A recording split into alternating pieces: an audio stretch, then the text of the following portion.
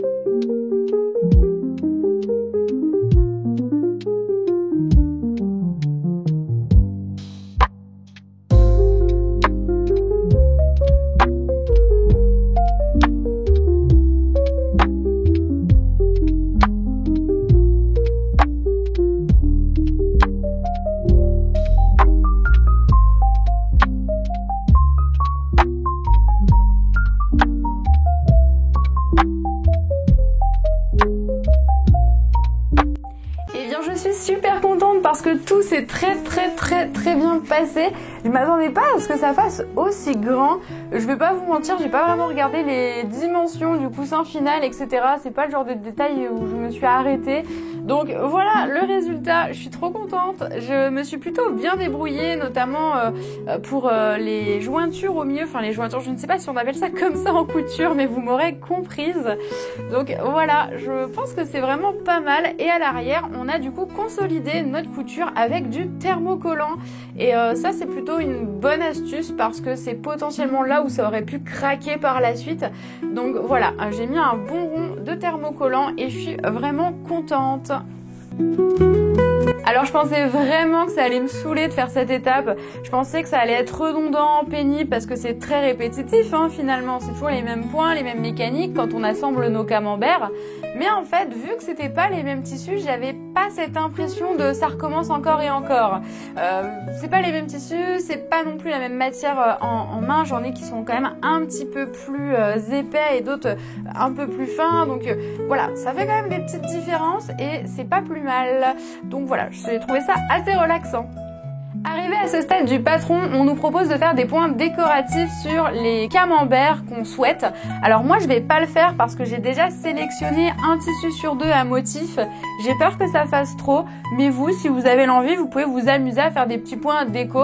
Ça pourrait vous entraîner pour de futures réalisations et c'est pas mal non plus. Moi je vais directement passer à l'étape 4 qui est donc d'assembler tous les petits bords du coup de l'oreiller ensemble pour former le tour du coussin. Donc c'est parti, nous avons cette mission à faire, let's go!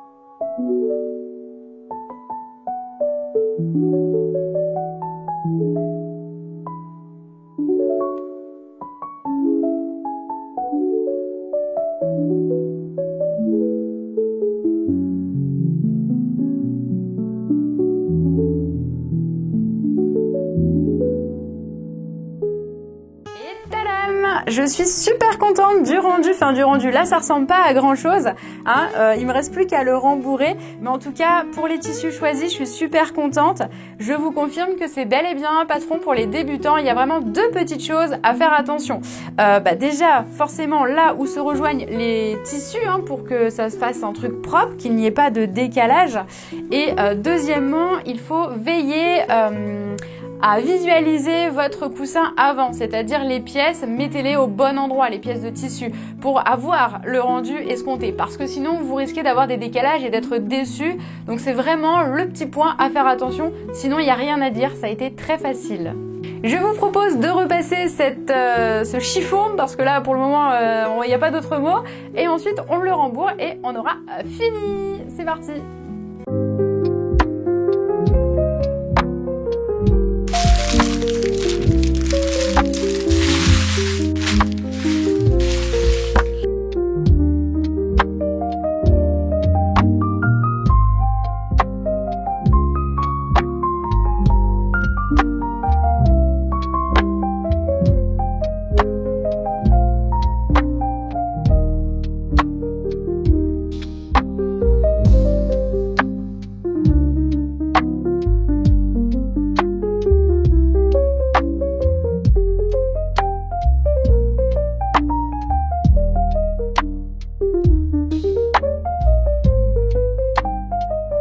Un petit topo s'impose, puisque oui, je suis avec des gants de ménage, mais promis, ce n'est pas un vlog ménage, non, on est plus sur un vlog couture à l'heure actuelle. J'ai décidé de vous faire un topo, parce que ça fait 30 minutes que je suis en train de rembourrer cet oreiller, c'est très long, il est très grand.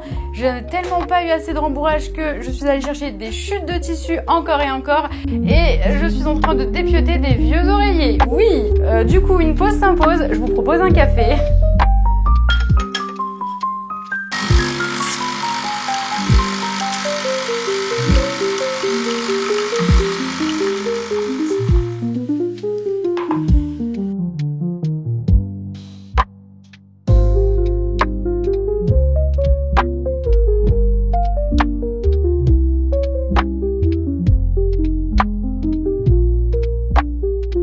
Tadam! J'ai fini mon café depuis bien longtemps, j'ai mis 1 heure à le rembourrer, c'est énorme. Bon, après j'avoue, j'ai dû aller dépioter des coussins, chercher des chutes et des chutes et des chutes de tissu, autant vous dire que je n'ai plus aucune chute dans mon armoire à tissu et ça c'est le top.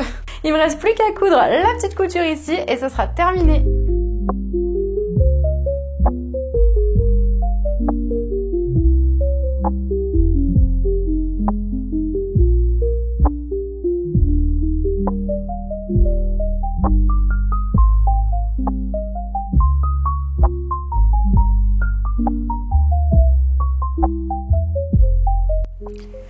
Et enfin, je l'ai terminé, je suis trop contente. Alors ça tient pas dans le cadre de la caméra, du coup je vous aurais filmé quelques plans pour vous montrer le résultat.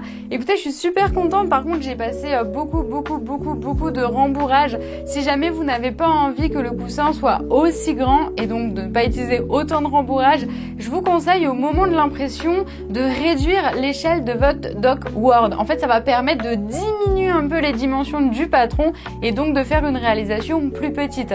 Étant donné que ce n'est pas un vêtement, c'est une astuce qui marche du feu de Dieu. Donc en fait, quand vous avez des objets de couture comme ça, comme des sacs à main, des porte-cartes, des choses comme ça, vous pouvez réduire l'échelle et faire une taille en fait appropriée. Donc voilà, c'est pas un oreiller pour moi, c'est un pouf. Eh bien écoutez, c'est la fin de cette vidéo et j'espère qu'elle vous aura plu. On se retrouve le mois prochain pour une autre vidéo. Un grand merci d'être resté jusqu'ici et plein de gros bisous.